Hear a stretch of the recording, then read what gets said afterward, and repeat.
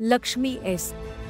स्वामीनाथन उर्फ लक्ष्मी सहगल 24 ऑक्टोबर इस 1914 जुलै इस 2012 या पेशाने डॉक्टर होत्या. 1943 साली त्यांनी सुभाषचंद्र बोस यांच्या आझाद हिंद सेनेत राणी लक्ष्मीबाई रेजिमेंटच्या कर्नल म्हणून जबाबदारी सांभाळली. लक्ष्मी सहगल या कॅप्टन लक्ष्मी या नावाने ओळखल्या जातात. लक्ष्मी सहगल मद्रास उच्च न्यायालयामध्ये फौजदारी कायदा करणारे वकील एस. स्वामीनाथन हे त्यांचे वडील होत. लक्ष्मी यांनी 1938 साली मद्रास मेडिकल कॉलेजमधून MBBS ची पदवी घेतली. 1 वर्षानंतर त्यांना स्त्रीरोगतज्ञ आणि प्रसूतीशास्त्रात पदविका मिळाली. चेन्नई येथे असलेल्या कस्तुरबा गांधी हॉस्पिटलमध्ये त्यांनी डॉक्टर म्हणून काम केले.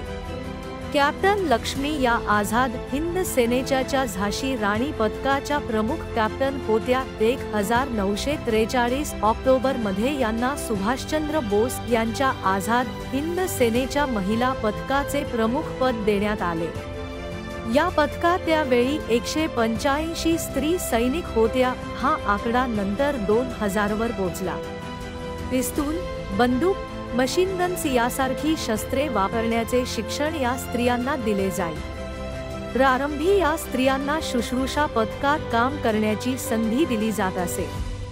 पण नंतर लक्ष्मी यांच्या विनंतीवरून सुभाष बाबू यांनी महिलांच्या 2 पथकांना आघाडीवर जाण्यास संधी दिली आणि हिंदुस्थान आणि ब्रह्मदेश यांच्या आघाडीवर झालेल्या युद्धात या स्त्रियांनी विजय मिळविला.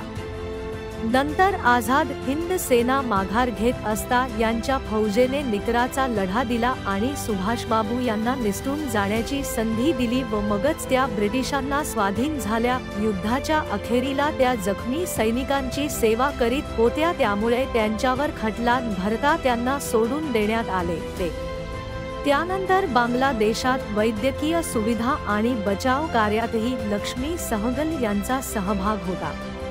1947 च्या मार्चमध्ये लाहोरच्या प्रेम कुमार यांच्याशी त्यांनी लग्न केले.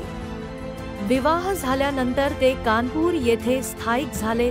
तिथे त्यांनी आपली वैद्यकीय प्रॅक्टिस चालू ठेवली आणि भारताच्या फाळणीनंतर मोठ्या संख्येने आलेल्या शरणार्थींना मदत केली.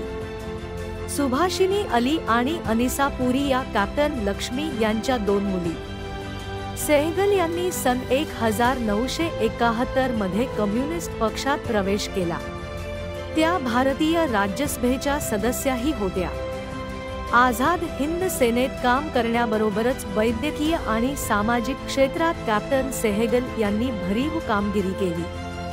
हृदय विकाराचा तीव्र झटका आल्याने कॅप्टन लक्ष्मी यांना 19 जुलै 2012 रोजी कानपूर येथील मेडिकल सेंटर रुग्णालयात दाखल करण्यात आले. प्रकृती अधिक खालावल्याने त्यांना कृत्रिम श्वासोच्छवासावर ठेवण्यात आले.